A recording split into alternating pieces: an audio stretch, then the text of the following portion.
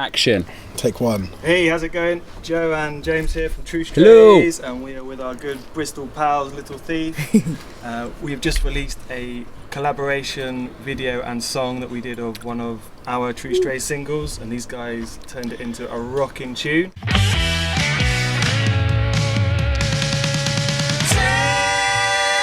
Take what you want from me. We're just here to have a little chat with them and find out a little bit more about their world.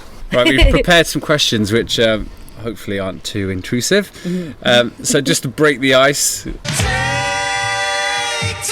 you want from me. So, Little Thief started, me and Fitz were in a band called Bombs, you guys knew of before. Great band.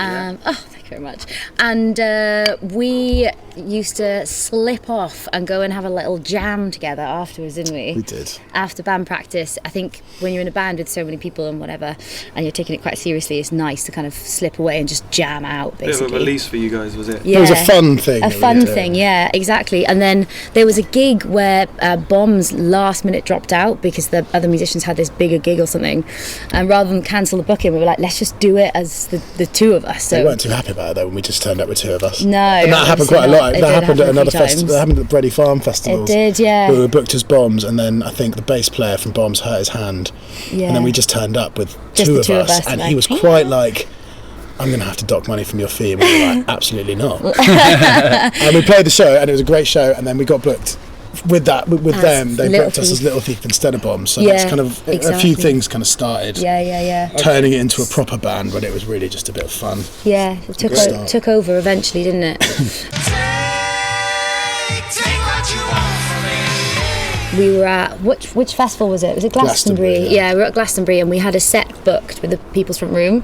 Big up People's Front Room. Wicked little venue. We didn't have a name. I'd fallen asleep on the sofa and I had this dream that we were like diamond thieves, like all in the whole like gear, like coming down on ropes and stuff, just like and I dodging all the lasers, and I was like, we were like little thieves, and we were like, let's just use that as the name just for this one show, and then it kind of stuck, didn't it? Yeah, and then Big Thief came along being all great and just completely ruined it for us. Good answer. Do you want to do the number 3? Trois. Yeah, okay, so that's the story of how you came about. So then, why do you make music? I never trained to do anything else, and now I'm kind of just stuck with it, to be honest. But I do love it. Do you wish you were a carpenter? I kind of wish I was a lawyer or like an estate agent. Like a really good estate agent would be cool. A really good one. Like a really slimy. In a fucking Audi. But Audi, yeah, I like it. Yeah, that's my dream. I always wanted to be a drummer, I think, since I was really little. Apparently when I was quite wee, before I could even speak, I'd bang on stuff and whatever. My parents always knew I was going to be a drummer. Just went one thing to another. I think I just love doing it. I'm quite addicted to it. I think it's quite dangerous. It's quite damaging for my mental health, but I do generally love it. Yeah. Which is the problem. I've tried to stop as well. I have come to points in my life where I'm like, I'm going to do something more sensible with like, a regular income and, grow up a bit or whatever. And then I can't. I'm addicted to it. I'm addicted to playing music. Yeah. I can't not do it. I don't feel whole without playing it, especially over lockdown and things where we haven't been able to play so much. It takes all your money, you ruin relationships. It's like a bad drug problem. Yeah. Keep on coming back for more. Keep on coming back for more. I'm glad you guys do, because when you keep coming back for more, it sounds great. Oh, baby. Yeah, damn. I remember when I just moved to Bristol, I came to see you at the Left Bank playing, and it was just one of those nights where just like great crowd, great band, great venue, and you're like, yeah, this is what it's about. Like it felt probably in my little mind's eye, I was like, this is what it must have been like back in the day, like grungy band, everyone having a good time. That's what it's all about. Boogieing away. Love the Left Bank as well. Shame that place has gone under. Oh man, yeah, R.I.P. Yeah, the most awkward stage, but the best kind of atmosphere and gigs. Yeah, such a great little bar. So many wicked bands passed through there as well. It was insane, really, considering it's such a small. I thought the LB JBs. Yeah. One of my favourite Bristol bands. They're fantastic. super cool. That was a big Thursday night, wasn't it? Ooh, hello. Who's this? This is Stormzy. Stormzy, aka the biggest rapper in Full the slag. world. She wants a bit of the camera action. She wants a bit of the camera. She does. Great. She's into That tripod's not cut out for cats. She knows what's going on. She does. She loves it. Too smart. She does love it. Do you want to talk about your relationship with the band, Stormzy? She's our biggest inspiration. She can chill there. She's alright. I think that's it, isn't it? Okay, sit. Great. Yeah, No yeah. one trouble. It's nice to know you're doing music because you absolutely love it and there's nothing else you want to do really. That's I it. think fundamentally that's the reason, Yeah. but I think there's a lot of depth to that reason. Yeah. Oh, That's go on. not all. I don't think it's not all just that. I mean, it's not just when you love anything, it just sucks half the time anyway, doesn't it? True. You've got to find your way to keep it. You got to work. You got to work for Keep it. the Go love. work for it.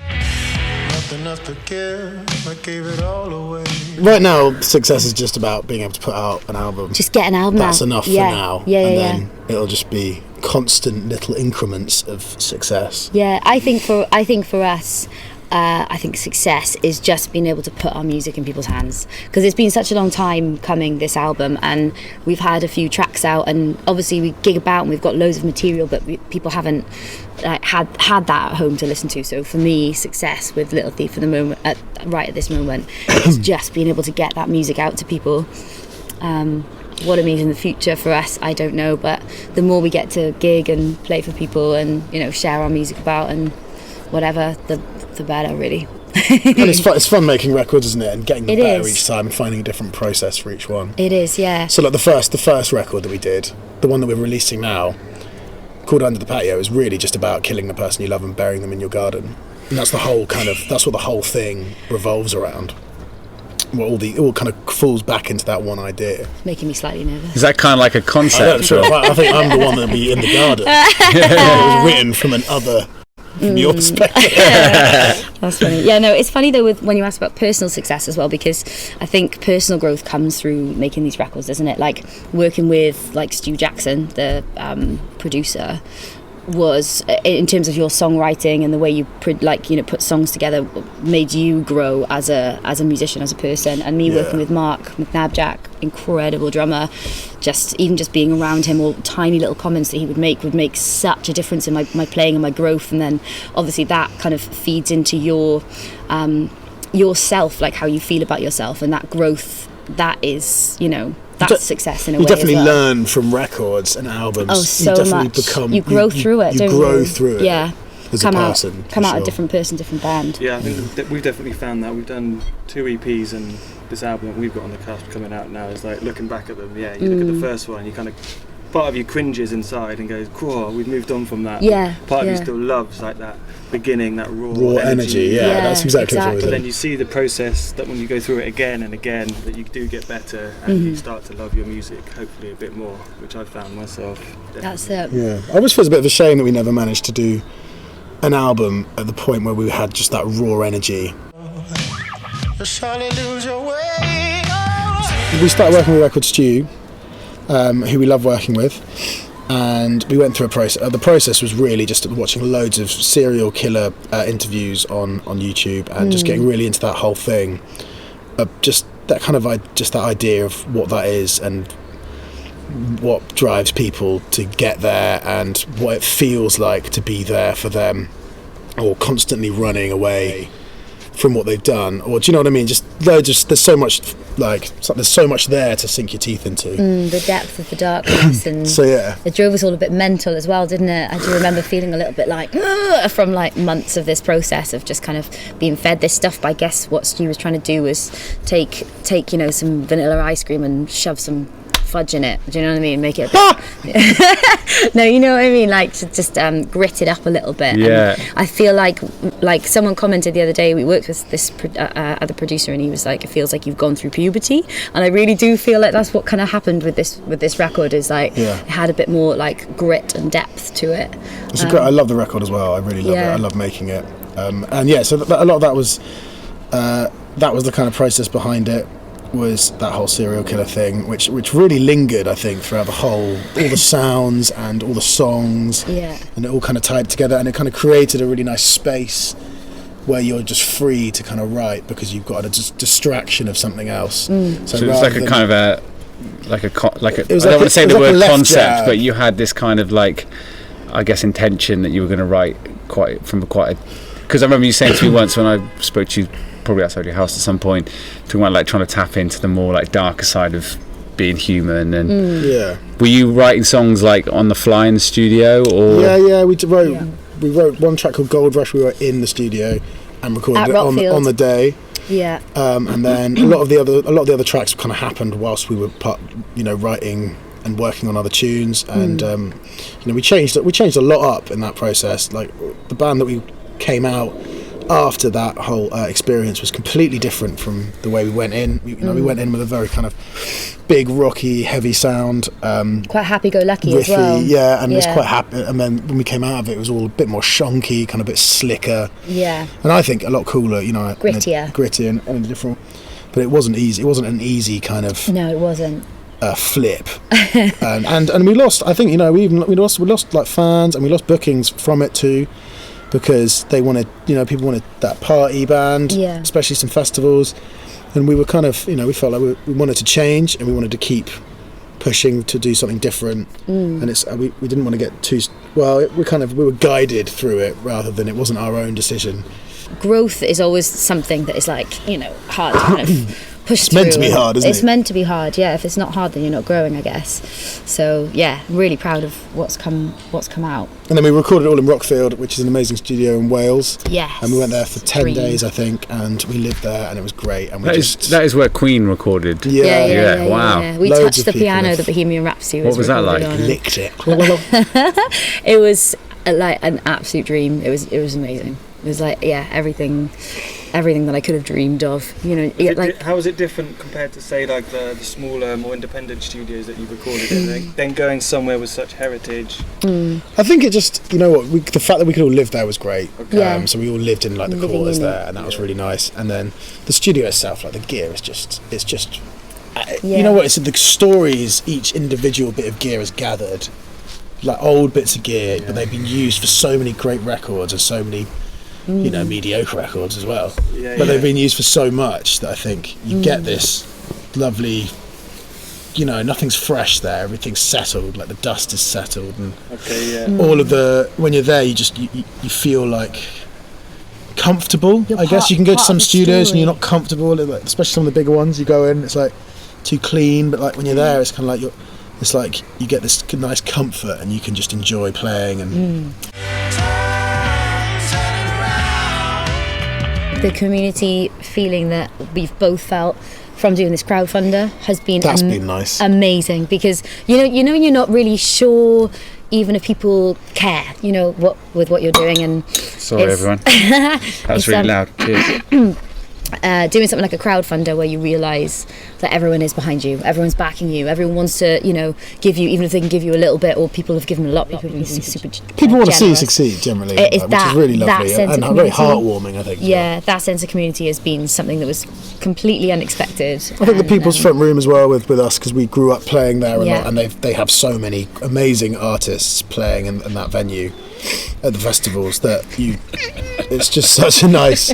They created such a nice community where I think loads of bands or young people come in and they can have a chance to play, and then they kind of fall in and out of it, and I think everyone kind of helps each other along. And that's it. People play drums for other bands and stuff. That community of musicians is amazing, and then the community of people who go specifically to the PFR at festivals, are then part of your wider community as a band of your new fans and whatever. So that's really great.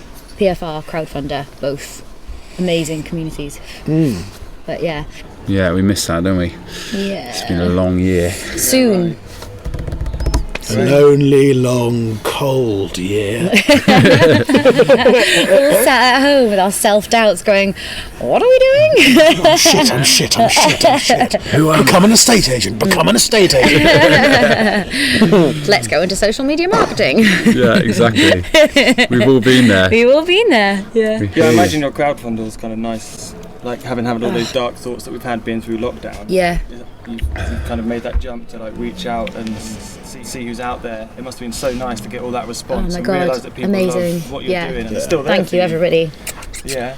Really amazing. Yeah, and to be honest, so it's coming to a close now, and we absolutely cannot wait to start using some of that money to make, doing all the things that we need to do to get this album out, to finish it and get it out. That's exciting. It's super exciting, actually. So we've got a single coming out in August, which is going to be a track called Freak. Love that track. Yeah, which is one of our favourite tunes, and one of the first tracks that we ever wrote. Yeah. And we've re-recorded it, and it sounds amazing. And we're going to put it out in August. We're having a really amazing music video made for it by a guy called Jamie Panton, who's just amazing, really talented videographer. Is that what you call it? Yeah, videographer. Yeah. And so that's happening. And then the album will come out in September. We've got our album launch show on the 17th of September at the Jam Jar. Yeah, with lots of guests as well. With some of our friends playing with us, so that'll be a real show there. Yeah. So everything's going to happen in the next 6 months, and it's going to be quite quick, and it's going to be quite intense, and we're going to get this thing out and then celebrate that and enjoy that, and then the next record is coming together really good as well, so that'll be the next step afterwards. Okay, so there's new tunes already in the pipeline. Yeah. Oh, there's about 20 new tunes, kind of all demoed up and ready to go. I think our plan is to be like hot off the mark, so as soon as this happens and the crowdfunder ends, we're going to go straight into trying to get this released. And that's going to be a greedy warlord of a record. Do you reckon? Yeah, only a full Russian warlord. So we're going from serial killers to warlords. Oh yeah. I thought it was about suburbia, the boredom of suburbia. No, don't give anything away. Oh, right, okay. It comes together. That's just one tune, is There's it? loads of different things going on. But we're not even thinking about. I like that now. kind of juxtaposition between like the boredom of suburbia and then like your inner warlord. Yeah. Like, we all have both of those things going on. Yeah. So I'm really excited about that happening. That's it. Well, yeah, we were chatting just before, weren't we, saying about how you have albums and it takes quite a long time from you start writing a song 3 years ago, and then you start playing it live 6 months later, then you start demoing it another 6 months later, then you record it on an album. By the time you release that album, that song's been knocking about for so long that you're already like you're saying, writing the next album. We're talking to you about the album that's just about to come out, and you're telling us all this great exciting stuff for the next one. I don't know if it's the best way to work it. I think really what you should do is write a tune, go and record it, and it should and you can actually get away with. You don't have to go to a good. You can go to a small studio, you can record one song, and then you mix it, you make a video, and you put it out the same month. Get it out quick. And I think that's for us. I think that's going to be what we're going to be doing next year. Is not going to be making a big record and doing it like that. We're going to be recording tunes, and we're going to be putting them out, getting out, and we're going to be doing it quickly. So you're changing your process. Yeah, so the process changes. Switching it up. Yeah. Go! I know. I want to eat my dessert before my dinner's come out. Why not? You're an adult. You can go to bed when you want.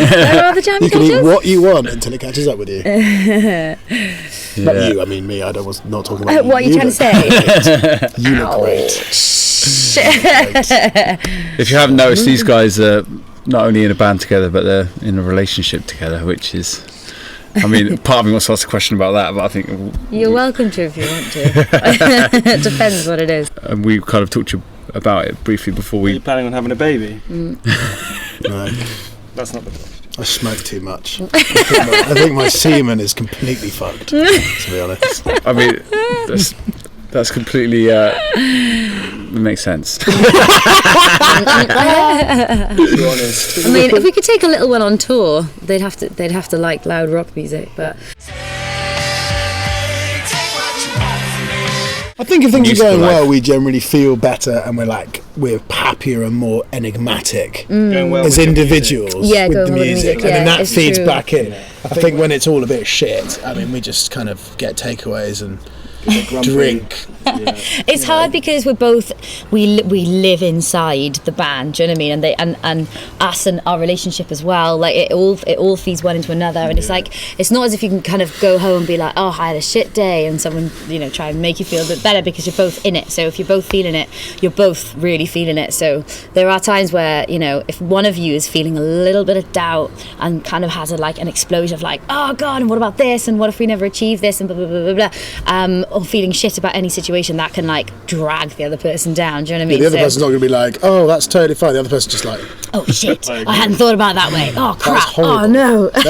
Don't say that. Because it's not only like a relationship kind of like flagging up like an issue with a relationship. It's flagging up an issue with your music as well, which is that must be really. I can't imagine. It's hard enough being in a band with like my oldest best friend, let alone with someone who I romantically involved with as well. It's kind of cool in a way though as well, because you're both living it. You're both on the same trajectory. You as much as you share those negative points, you share your success. It's everything, as well, isn't it? It's it's not like you go off to do band stuff, or you have like a couple of nights a week where you rehearse and you get to turn off and then go down. It's just constantly thinking about it. I can't even have a wee without him like asking me like, oh, what about this, blah blah blah blah, have you done the post, blah, blah. It's like it's constant. It's like even when you're falling asleep and it's like, oh, have you done this, like, oh god, I get the laptop out. It's fun though, isn't it? So much fun though, isn't it? No, it's great. I wouldn't have it any other way. I find myself getting jealous of people who like go to work 5 days a week to do something they don't care about. It's just like sometimes I look at these people and I'm like, you don't care about what you do. It's just like, I wonder how that feels. Just free, to switch off. You don't worry about it. You don't. Like the little things that you're talking about on the toilet when you come home from a gig or whatever. Like, that doesn't exist when you have a job you don't care about. It's true. Sad and lonely and all the bad things, but have a lot more money though. Yeah, right. That's the agency. We know what money equals. Well, you get the opposite. You get me. Slick Ricks. I think that's what I call it if I understood. Slick Ricks estate agent. Would you be called Ricky? You can hire out all like the bummed out musicians who are just like, look out for a bit. You got any houses you need me to sell? Jam Jar, we're doing our album launch there, so that's the top guy on my list right now. Yeah, they're amazing. Who else is great around here? Who's still even going is the question. It's hard, venue wise, it's tricky. Where would you like to get your takeaway food? Who does the best food that you've been now digging? This is something I can get into. Easy peasy. Napolita pizza. It's so good. It's Polish pizza. What's your favourite pizza from there? From there is the olive ragu, straight up. It's so good. It's got olives, the obviously the sauce has got like olives in it and stuff. It's got pine nuts, it's got it's powerful. It's got some pesto on it, it's got sun-dried tomatoes. It's just like really good. What about your favourite? We all love in Bristol. We all love a retrofit second-hand shop. Oh yeah, Loot. Loot is so great. What about your favourite drinking hole when you can drink? Where's your favourite bar? Star and Garter probably. Star and Garter, love Star and Garter. It's got a great outside bit now. I like the tucking into that on the 17th of April. Speaking of Star and Garter, my favourite jacket. Like a vintage 70s suede jacket went missing in the Star and Garter. So if anyone's seen a lush vintage suede jacket, it went missing. Don't know what happened. I think maybe I left it under a table. Maybe it wasn't me. Definitely it probably was. Oh, look at this nice jacket! I found it last night at the pub. No, I wouldn't do that. If someone nicks your jacket, it's like, wow, that's a nice jacket. The little thieves at work. Little thieves at work. We stayed in we were doing a tour once and we stayed in like a very cheap Airbnb. Oh yeah. And then it was all we were just sleeping in this room and next door was so you want to tell this? Why not? I want to hear this. What's going on? Next door there was a dominatrix next door in this dive kind of hotel. And just all night we could just hear this guy squealing, basically. and it was like just squealing and like just really like sounds that you shouldn't really hear. No. And it was like it was three of us in one room as well. So there was like me, Fitz, and Paul, which is must have already been a bit awkward for Paul because he's like in the room with a couple. And then the three of us in this professional Airbnb all just like sitting there in the darkness with our eyes open, like make it stop. It was pretty. It went on as well all night. It went on, but it was like it was loud, like it was like you could hear like a lot, like it wasn't just like distant squeals. It was like you could really hear. Right, it was like there, like paper thin walls. It was like right there. Yeah, it was a bit of an ordeal. Do you think it made the show the next day more funny or better, or did it have a devastating impact on the rest of the show? Pretty keen to get the fuck out of there. Yeah, exactly. That sounds horrific and funny and a great story to be able to tell time and time again. It's really got a few, but I can't remember anything now. That's the problem. You go on with I try and remember back to gigs and things. Like I forget half of it, probably more than half. And then someone like James will say, "Hey, you remember that time?" And I'd be like, "Where? When?" Totally forgot about that. Oh yeah. Which is when you read like Keith Richards' autobiography, or these like real, I guess. They were pretty on it. Rock star. They're right. These rock stars, or Slash or Keith Richards. You're like, do you think we're pretty vanilla compared to them? But not even that. But like, how they can't remember? How can they remember? I can't remember anything about my. Keith Richards says in that book, he says, "I remember everything," and I think as a starting point, great. You've lied to me straight from the start. You liar. Yeah, I don't believe that. It wouldn't read so well, wouldn't it? Like, I can't really remember much of it, but here's. Here's a vague outline. Story. All right, so just to end, just let us know when the album's coming out and when your new single Freak's coming out. Freak's coming out on the 8th of August. 8th of August. The album will be coming out September, early September. The show is on the 17th of September. 17th of September at the Jam Jar, and everything will be out by then. Yeah. Nice one. Yeah, nice one, guys. Thanks for talking to us. Thanks for asking about our stuff. Anytime, that's what it's about. It was a nice feeling, that. Yeah, and a sweet collab as well. Cheers, guys. That was fun. You can't gig, but you've everybody. got to you get to have a chat and a beer. Yeah, baby. Cheers.